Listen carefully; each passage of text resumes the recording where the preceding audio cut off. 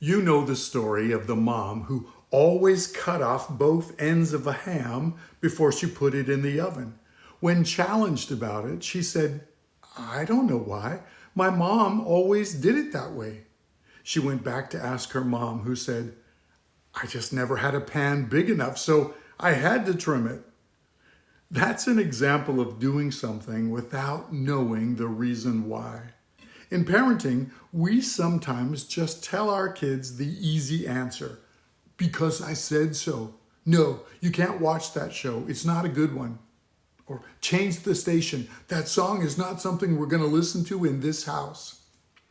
The problem is we haven't done a good job of explaining why we made that decision. They haven't learned the reason why or how to evaluate on their own whether something is good or bad. What's going to happen when mom and dad aren't there to tell them? We have to teach our kids how to think and not just what to think.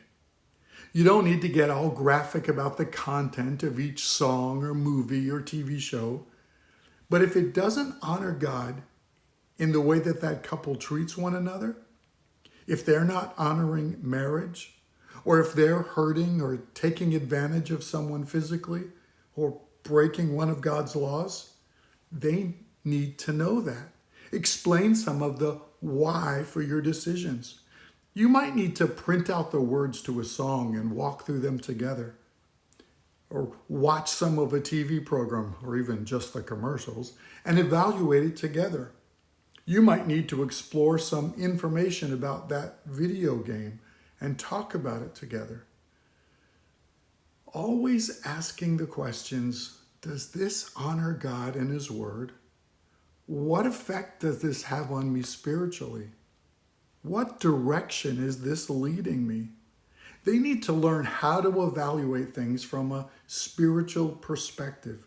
Psalm 119, verse 130 says, "The unfolding of your words gives light. It gives understanding to the simple."